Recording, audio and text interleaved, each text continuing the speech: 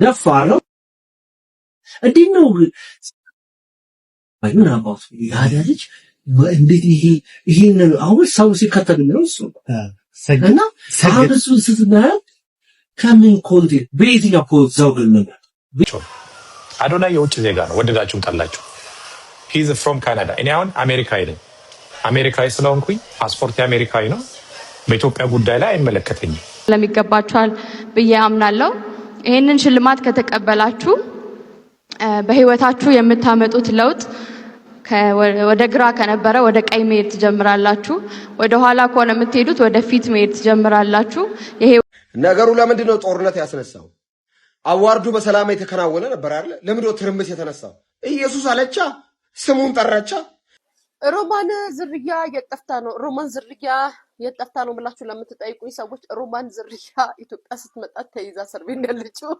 ሰላም እንዴ ቻናል ቤተሰቦች እንደምን አላችሁልኝ ዛሬም በተለመደው ወቅታዊና ቁም ነገር ያዙ ቪዲዮችን ይዤላችሁ መጥቻለሁ ከናንተ የሚጠበቀው ለዚህ ቻናል አዲስ ከሆናችሁ ይህን ቻናል ሰብስክራይብ በማድረግ ቤተሰብ መሆን ነው እንዲሁ ቪዲዮችንም እንደምትወዱ ስለማንጠራጠር ላይክ አድርጋችሁ ጀምሩት ሀሳብ አስተያየቶቻችሁን ኮሜንት ላይ መስጠት እንዳትረሱ በዛሬ ቪዲዮቻችን እንግዲህ እንደሚታወቀው ትላንትና ቲክቶክ ክሬቲቭ አዋርድ ሲካሄድ ነበር እዛም ላይ እንግዲህ የተፈጠሩ በጣም ብዙ ነገሮች አሉ ማለት ነው አዶናይ እንግዲህ እንዳያሸንፍ በጣም ብዙ ሴራ ማን ሲደረግበት ነበር መጨረሻ ላይ ያሸንፋል እንግዲህ በድብቅ የተቀረጸ ቪዲዮ አለ እንዲሁም አዶናይ እንግዲህ ካናዳዊ ነው ኢትዮጵያዊ አይደለም እና መወዳደሩ ላይ አልነበረበትም እያሉ ይገኛሉ እንዲሁም ደግሞ ማስተዋል ወንደሰን እንግዲህ በቲክቶክ ክሬቲቭ አዋርድ ላይ በተናገረችው ነገር በጣም ብዙ ቅሬታ ያስነሱ ነገሮች አሉ ማለት ነው ወደ አንዳንድ ነገሮች ሊወስዱት የፈለጉትም ሰዎች ነበሩ ሌላም ቪዲዮዎች አሉ ከእናንተ የሚጠብቀው እስከ መጨረሻው ድረስ አይታችሁ ሀሳብ አስተያየቶቻችሁን መስጠት ብቻ ነው ወደ መጀመሪያው ቪዲዮ 27 እጩዎች አሉ አይደል ዛሬ 27 ሽልማቶች አሉ እኔ ግን ለሁላችሁም የሚሆን ሽልማት ይዤላችሁ መጥቻለሁ ሁላችሁም መሸለም ይገባችኋል ብዬ አምናለሁ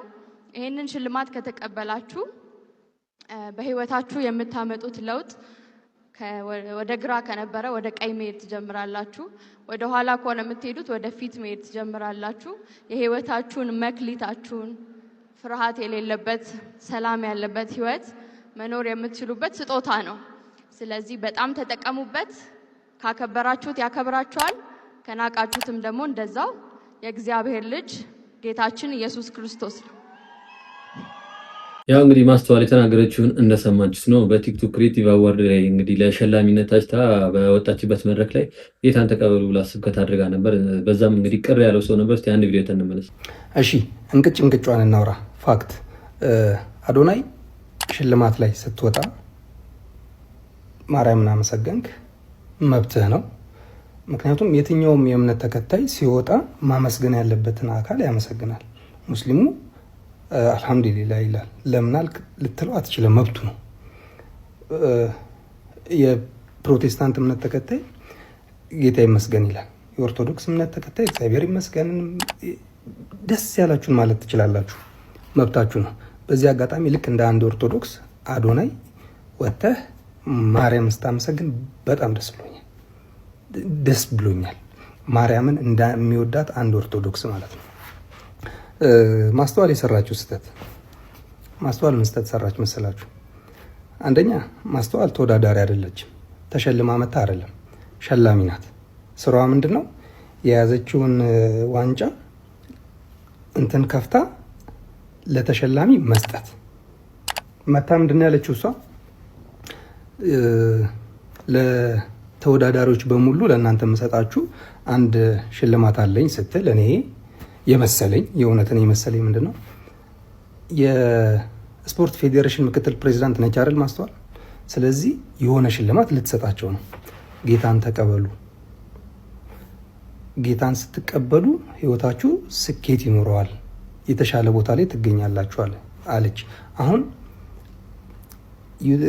እንትና ማስተዋል መብት የላትም መስበክ እዛ ቦታ ላይ ወጣ ሰብካ የመውረድ ፈቃድ የላትም ለምሳሌ ዲያቆን ሄኖክ ኃይሌ ሸልምና ተብሎ ተጠርቶ ወጥቶ እዚህ የምትገኙ ቲክቶከሮች ሁላችሁም ማርያም አማላጅ መሆኗን እመኑ ቢል ኦርቶዶክስ ስለሆንኩኝ ጎበዝ ምናምን አለለው እንዴት እንደዚህ ይላል ይሄ ቦታ እኮ እንደዚህ የሚልበት አይደለም ብዬ ከራከራለሁ ሌላ እንደው ምን አለች መሰለሽ? ጌታን ተቀበሉ፣ ስኬት እንዲኖራችሁ፣ በህይወታችሁ ስኬታማ እንድትሆኑ ጌታን ተቀበሉ አለች። ያንቺን ጌታ ለመቀበል አዶናይ ያንቺን ጌታ አልተቀበለም አለው የራሱ ጌታ። ስኬታማ ሆነ እኮ በቃ 4 አዋርድ መኪና ምናምን። ምን አይነት ስኬት ነው የምትፈልጊው ከዚህ በላይ? በቃ ይሄ ልጅ ስኬታማ ሆኗል ያንቺን ጌታ ሳይቀበል።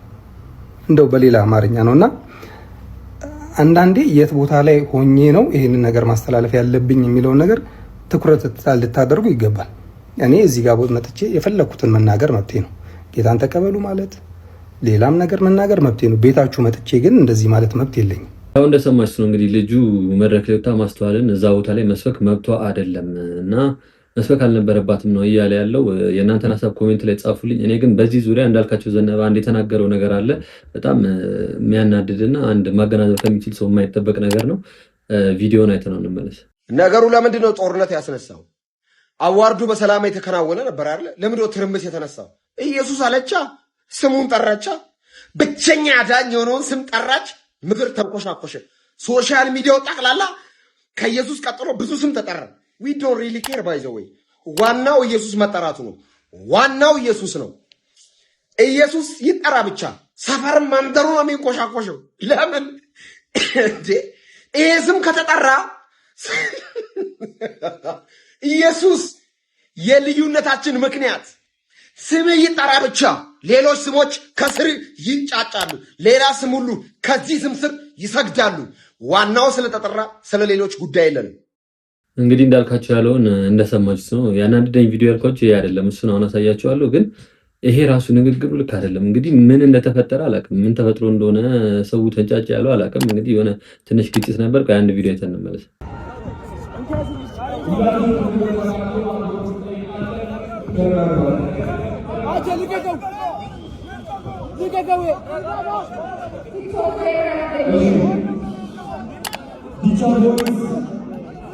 እንግዲህ እንዳያችሁት እዚህ ጋር ልጁን ትንሽ ሰጣ ገባ ውስጥ ፈጥሮ ነበረ። ግን እንግዲህ እንዳልካቸው ከዚህ ጋር የተገናኘ አይመስለኝም ተንጫጩ ምናምን ሲል የነበረው። ይሄ ብቻ አይደለም እንግዲህ የኦፊሻል የፌስቡክ ፔጁ ላይ አንድ የጻፈው ነገር አለ። እሱን ስክሪን ሪከርድ አድርጌዋለሁ። እስቲ እንየው።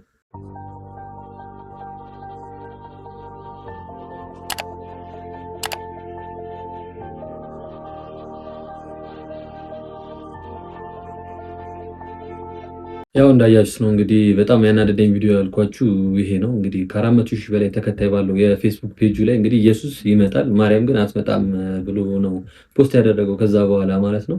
ይሄ ወንጀል አይደለም? አያስጠይቅም? እንዴት ነው? አሁን የራሱን እምነት መከተል መብቱ ነው። ኢየሱስ ይመጣል ኦኬ፣ መስበክም መብቱ ነው ምናምን። ነገር ግን የሌላው ሃይማኖት ጋር መድረሳው ማርያም አትመጣም ምናምን እሱ ስላለ ምንም የሚቀንስ የሚጨምር ነገር የለም። ግን አንዳንዴ እንደዚህ አይነት ነገሮች በጣም እየተስፋፉ ነው።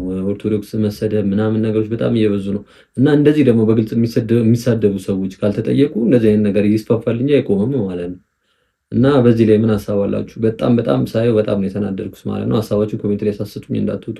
እና ቀጣይ ደግሞ እንግዲህ አዶናይ እንግዲህ እንዳያሸንፍ በጣም የተለያዩ ነገሮች ሲደረጉ ነበር። አንድ ቪዲዮ አለ፣ እሱ ቪዲዮ የተነምጣ ደፋር ነው እንዴት ነው አይሁን አባቱ ያዳልጅ እንዴት ይሄን አሁን ሰው ሲከተል ነው እሱ እና ሳብሱ ስትናያ ከምን ኮንቴንት በየትኛው ፖስት ዘውግል ነገር በየትኛው ኮንቴንት በሚያዝናናሽ አዝናን እሱ ነው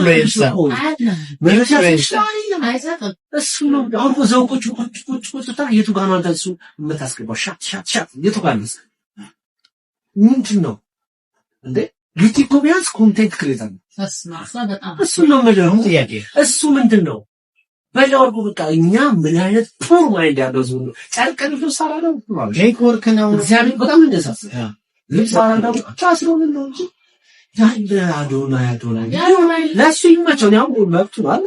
ሰው መብቱ በርግዶ እንደዚህ ግን እኛ እንደተመልካች ወይም ደግሞ ሰው ያለንበትን ማይንድ እኮ በጣም በምናየው ነገር አንዳንድ ሀገሮች ቋንቋ በባቡር ስትሄድ ሳታነብ መሄድ በራሱ እንደነው አውሮፓ ካደረገ ታዲያ በቤት ነው እና እንደዚህ የሆነበት ዓለም እሳጋታ እኛም ደግሞ ሲሳደቡ መዋል ፕራውድ ሲሳደብ ከኖር ወሃይማኖት ባህል ወግ ስርዓት ያለው ማህበረሰብ ይህ ማህበረሰብ እንደዚህ የሚለውጡና የሚሳደቡ ሰዎች ፌል ፍምስና ስንት ራሱ አንድ አጀንዳ በራሱ እንጂ ፕላትፎርሙ ሞባይል ላይ ያለው ታዋቂ ምንም ስራ ግን አሁን አዶናይ ተጽዕኖ ፈጣሪ የሆነበት ሪዝን ከተከታዮቹ ከኛ ችግር እንደማለት እውነት ነው።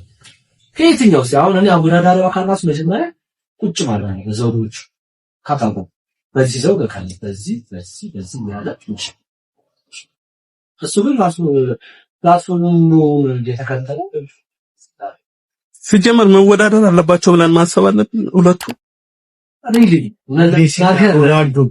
ምን እንደሆነ ታውቃለህ? ይሄ ፕላትፎርሙ የፈጠረለትና አዘጋጁ አካል ደግሞ አጀንዳ ነው። አዘጋጁ አካል መነጋገሪያ ሰው ይፈልጋል ባይሰር ለገቢውስ ገቢያው ነው መነጋገሪያ ይፈልጋልና የህዝቡን ኢንቴንሽን ያዳል። ማነው ቫይራል ይሆን ያለው ያም አዶናይ ነው ይላል። ሶ የሱ ታች ይፈልገዋል በዛ ይሆን እንጂ እንደ ሀገር እንደ ማህበረሰብ ነው የምትከስረው። አሁን የምታየው ትውልድ የሀገር ነጸብራቅ ነው ማለት በእነዚህ ልጆች መሀል እኛን ነው እንዴ ማለት ነው። ስለዚህ በየትኛው ዘውግ ነው እሱ የሚሸለመው? እስኪ ነገር በየትኛው በምንድን ነው ቢባለው ማንጓታ እግዚአብሔር ሰግጥ ድረስ we don't care about it። ያው እንግዲህ የተናገሩትን እንደሰማችሁት ነው። አዶናይ በምን መስፈርት ነው መታጨት ያለበት? በምን መስፈርት ነው ለዚህ ውድድር ራሱ ብቁ የሚሆነው? ከማስደሰት አዝናኝ አይደለም ከብዙ ነገር እያሉ እንግዲህ እየተነጋገሩ በዚህ ያክል ደረጃ እንግዲህ ጉባኤ ይዘውናል እስከ መነጋገር ደረጃ ማለት ነው። አንዳንድ ሰዎች አሉ በቃ በጣም አሁን አብዛኛውን ህዝብ እንደማያውቅ አድርገው ራሳቸው ብቻ እንደሚያውቁ አድርገው የሚቆጥሩ ማለት ኤጎ ያለባቸው ምንም ባይሰራ የሁሉ ህዝብ ሊቀበለው አይችልም። የተወሰነ ሰው ሊቀበለው ይችላል እንጂ ይሄ ሁሉ ህዝብ እንግዲህ ከ3.5 ሚሊዮን በላይ ፎሎወር ደርሷል። 3.5 ሚሊዮን ፎሎወር ምንም ሳይሰራ ሊቀበለው አይችልም። እንግዲህ 3.5 ሚሊዮን ፎሎወር የአንድ ብሔር ነው ልትሉም አትችሉም። ምንም ሳይሰራ አይደለም እዚህ ደረጃ የደረሰው። እናንተ አለመውደዳችሁ እዚች ጋር እንዳያሸንፍ ማድረግ አትችሉም። ስላልቻላችሁም ነው እንግዲህ ትላንትና ያሸነፈው እና የተለያየ እንግዲህ የምትጠሉትን ሰው ለመጣል የምትሄዱበት መንገድ በጣም ያሳዝናል። ግን በቃ አንዳንዴ ፖዚቲቭ ማይንድ ያለው ሰው ጥሩ አስተሳሰብ ያለው ሰው ማንም አያስቆመው። እናንተ እዛች ጋር ስለዱለታችሁ ምን ስላላችሁ የሚቆም ነገር አይደለም። እንግዲህ እንዳያችሁ አራት የቲክቶክ አዋርድ አግኝቷል። ገና እንግዲህ ከዚህም በላይ ብዙ ነገር ይሰራል። እናንተ እንደምትሉት ምንም አልሰራም በምን መስፈርት ነው ምናምን ይሄም ሲያንሰው ነው ይሄም ማለት ነው። እና ሌላ ደግሞ አንድ ቪዲዮ በአዶናይ ዙሪያ ኢትዮጵያዊ አይደለም እና እሱ እዚህ ጭራሽ ውድድሩ ላይ ራሱ መሳተፍ አልነበረበትም የሚል ቪዲዮ አለ። እሱ አይተነው እንምጣ። አዶናይ የውጭ ዜጋ ነው ወደዳችሁም ጠላችሁ። ሂዝ ፍሮም ካናዳ። እኔ አሁን አሜሪካዊ ነኝ። አሜሪካዊ ስለሆንኩኝ ፓስፖርት የአሜሪካዊ ነው። በኢትዮጵያ ጉዳይ ላይ አይመለከተኝም።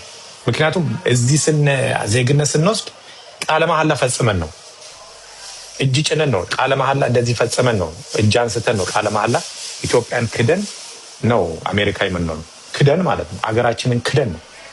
ስለዚህ ይሄ የውጭ ሀገር ዜጋ ፓስፖርት የያዘ ሰው አገሩን የካደ ነው ወደድክም ጠላህ። እኔ ሀገሬን ክጄ ነው ፓስፖርት የወሰድኩት። ቃለ መሐላ እጄን አንስቼ ሀገሬን ክጄ ነው አሜሪካዊ ነኝ ብዬ ማለት ነው። ስለዚህ ሀገሩን የካደ ነው ይሄ ፓስፖርት የያዘ ሰው። ስለዚህ የሌላ ሀገር ፓስፖርት የያዘ ሰው ኢትዮጵያ ላይ በኢትዮጵያ ጉዳይ ላይ እንደ ገለልተኛ እንደ ውጭ ሀገር ዜጋ ነው እንጂ መታየት ያለበት እንደ ዜጋ ገብቶ ሀገሩ ላይ የሚደረገው ፖለቲካዊም ይሁን ሌላም ጉዳዮች ላይ መሳተፍ የለበትም። ለምን መሰላችሁ? እኛ አሁን እኔ በአሜሪካ ፓስፖርት ይዤ ሀገሬ ላይ ገብቼ ኢንቨስት ማድረግ ሌላ ነገር ነው። ግን የወጣቱን እድል ምሻማ ከሆነ ሀገሩ ላይ ያለው ሰርቶ እየተጣጣረ ያለውን እየለፋ ያለውን ሀገሩ ላይ ለመለወጥ እየታገለ ያለውን እኔ ከውጭ መጥቼ የሌላ ሀገር ፓስፖርት ይዤ የዛን ሰውዬ እድል ምቀማው ከሆነ እዝና ፌር አይደለም። ይሄ ኦነስትሊ ማለት ነው። ያው እንግዲህ ፍራኦል የተናገረውን እንደሰማችሁት ነው። አዶናይ ካናዳዊ ነው። ካናዳዊ እስከሆነ ድረስ ደግሞ ኢትዮጵያ መጥቶ ከኢትዮጵያውያኖች ጋር ኢትዮጵያን ቲክቶክ አዋርድ ስለሚል መሳተፍ የለበትም ነው እያለ ያለው። እኔ እንጃ እንግዲህ አዶናይ ተወልዶ ያደገው እንግዲህ ኢትዮጵያ ነው። ከዛ በኋላ ያው ማንኛውም ኢትዮጵያዊ እንደሚያደርገው የተሻለ ኑሮ ፍለጋ በስደት ሄደ። እዛ ደግሞ ሄዳችሁ እንግዲህ ያው ፓስፖርት አግኝታችሁ ምናምን ነው ስራም ለመስራት የተሻለ ህይወትን ኦፖርቹኒቲውንም ልታገኙ የምትችሉት። ፓስፖርት አገኘ እንደዚህ አይነት ሰዎች ኢትዮጵያዊ አይደሉም የሚባል ከሆነ በጣም ብዙ ሰው ኢትዮጵያዊ አይደለም፣ በጣም ማለት ነው። አሁን እንግዲህ ፍራኦል ሀገሬ ገብቼ ኢንቨስት ላድርግበት ሀገሬ ነው ሲጀመር ራሱ የምትለው ኢትዮጵያ ማለት ነው፣ አሜሪካን አይደለም። እንግዲህ አሁን እሱ የአሜሪካ ፓስፖርት ነው ያለው፣ ግን ሀገሬ የሚለው ኢትዮጵያ ነው። ኢንቨስት ላድርግ ቢል ምንም በቃ እንደማንኛውም ኢትዮጵያዊ ይችላል። አሁን የአዶናይ የዛች ጋር መሳተፍ ለምን እንደዚህ እንዳናደደው አላውቅም። የዚህን ያክል ደረጃ ለምን እንደጠላችሁ ስም ልጁ አይገባኝም። እኔ እንግዲህ ልጁ ጥሩ ነገር ሲሰራ ነው እስካሁን ድረስ። አሁን አንዳንዴ ቅድምም የነበረው ቪዲዮ ላይ የተናገሩት ነገር ምንድነው ተሳዳቢ ሰዎች እንደዚህ ሰዎች ምናምን እኔ እሱ ሲሳደብ ምናምን አላየሁትም። እንግዲህ በጣም ያለፈበትን ህይወት እንግዲህ ተሞክሮ ነው ለሰው ሲያስተምር የሰሙት እንጂ ሲሳደቡ የምናውቃቸው እና ዮኒ ማኛ እና ሞጣ ቀራኒ እነሱ ማለት ትችላላችሁ። ይሄ ግን ለህዝብ እየጠቀመ ያለ ለወጣቱ በተለይ በጣም ተነሳሽነት እየፈጠረ ያለ ልጅ ላይ እንደዚህ አይነት ጫና በጣም ጥሩ ነገር እንደማትወዱ ነው እኔ እንደውም የተረዱ ያሉት። ሮማን ዝርያ የጠፍታ ነው። ሮማን ዝርያ የጠፍታ ነው ብላችሁ ለምትጠይቁኝ ሰዎች ሮማን ዝርያ ኢትዮጵያ ስትመጣ ተይዛ እስር ቤት ያለችው ሮማን ዝርያ ከርሰሌ ነው ያለችው። የታባቱ አሳሰርኳት። ጋይስ እንደው ነገሪን ካላችሁ ልንገራችሁ፣ አሳሰርኳት። እስር ቤት ያለችው ነውና ጠይቋት።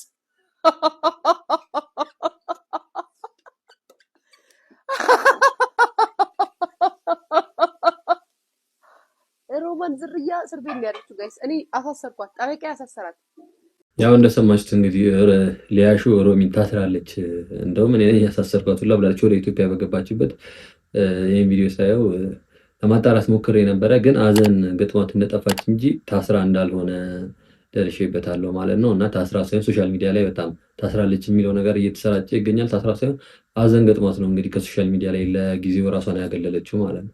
እጅግ ያሳፍራል፣ እጅግ የሚያስደነግጣል፣ በርካታ ነዋሪውን አስደንግጧል። በአዲስ አበባ ሽጉጥ በመጠቀም አንድ ግለሰብ ዛሬ ሌሊት ሴትን ልጅ አስገድዶ መድፈሩ ተሰምቷል። ዛሬ ንጋት ላይ እንግዲህ 11 ሰዓት ገደማ ለሚኩራ ክፍለ ከተማ ውስጥ በሚገኘው መሪ 40/60 ኮንዶሚኒየም ግራውንድ ክፍል ላይ መሳሪያ ይዞ የነበረ አንድ ግለሰብ አንዲት ሴትን አስገድዶ መድፈሩ ታውቋል። አብዛኛዎቹ በመሳሪያ የታገዙ ወንጀሎች የዝርፊያ ተግባራት ቢሆኑም ዛሬ ከወደ ለሚኩራ ክፍለ ከተማ የተሰማው ግን ሴትን አስገድዶ የመድፈር ጽያፍ የወንጀል ድርጊት ሆኗል። በስፍራው ያሉ ነዋሪዎች እንደጠቆሙት ታዲያ ግለሰቡ አነጋጉ 11 ሰዓት ላይ ሽጉጥ በመያዝና የጋራ መኖሪያ ቤቱን ጥበቃ በመደብደብ ውስጥ በመግባት ወንጀሉን ፈጽሟል ነው የተባለው። ወንጀለኛው መስታወቱን ሰብሮ ነው የገባው ያሉት ነዋሪዎችም ከበርካታ ደቂቃዎች በኋላ አንድ ሲቪል የለበሰ የጸጥታ ባለሙያና በአካባቢው የነበሩ ሰዎች ትብብርም ቀጥሎ ባሉት ሌሎች ብሎኮች ህንፃዎች ውስጥ እንግዲህ ወንጀለኛው ተደብቆ መያዙ ታውቋል። መረጃው እንግዲህ የመሰረት ሚዲያ ነው። እናንተስ ስለዚህ ድርጊት ምን ትላላችሁ? ሰባችሁ ነገር ያው እንደሰማችሁት ነው እንግዲህ በጣም አሳዛኝ ዜና ነው። በትላንትናው ዕለት የተከሰተ ነው። አንድ ወጣት እንግዲህ ሽጉጥ ይዞ ሴት ልጅን አስፈራርቶ እንግዲህ ደፍሯታል ማለት ነው። እንግዲህ አስቡት ሽጉጥ ራሱ ፍቃድ ሲሰጥ ለማን መሰጠት እንዳለበት በጣም ምርመራ ተደርጎ መሆን አለበት። ለማንኛውም ሰው እንግዲህ አሁን አንዳንድ ቦታ ላይ ራሱ እያየ ነው። ሰርግ ላይ ሽጉጥ ወጥቶ የሚተኩሱ ሰዎች አሉ። በትንሽ ሽጉጥ የሚያወጡ ሰዎች አሉ። እንደዚህ አይነት ሰዎች አንደኛ በደንብ መቀጣት አለባቸው፣ ለሌላው ማስተማሪያ እንዲሆኑ ተደርጎ። ሁለተኛ ደግሞ የሽጉጥ ፍቃድ ሲሰጥ ለማን ነው መሰጠት ያለው? በትክክል ይገባዋሉ። በህገ ወጥ መንገድ የሚያገኙ ከሆነ ደግሞ ከፍተኛ ቅጣት። እንግዲህ እንደዚህ አይነት ነገሮችን አሁን በሽጉጥ አስፈራርቶታችን አሁን ይሄንን እኔ ምን አይነት ቅጣት ምን ቢቀጣ እንደሆነ እኔም በምንም ቅጣት አልረካም። አሁን እሱ ላይ ምንም ሞት ቢፈረድበት ማለት ነው። እኔ ሲያንሰው በሽጉጥ አስፈራርቶ በጣም ከባድ ነው። እንግዲህ አሁን የምንሰማቸው ነገሮች በጣም አስፈሪ ናቸው። እንግዲህ በዚህ ላይ ምን ሀሳብ አላችሁ? ኮሜንት ላይ ጻፉልኝ። ለማንኛውም ለዛሬ ይዤላችሁ የመጣኋቸው ቪዲዮዎች እነዚህ ነበሩ። ቪዲዮዎቹ እንደተመቻችሁ አልጠራጠርም። ሀሳብ አስተያየቶቻችሁን መስጠት እንዳትረሱ። አዲስም ከሆናችሁ ሰብስክራይብ አድርጉና ቤተሰቡ ነው። ቪዲዮአችንም ላይክ ካላደረጋችሁ ላይክ አድርጉት። በቀጣይም በሌላ ቪዲዮዎች ተመልሼላችሁ እመጣለሁ። እስከዛው ድረስ ይመቻችሁ። ባይ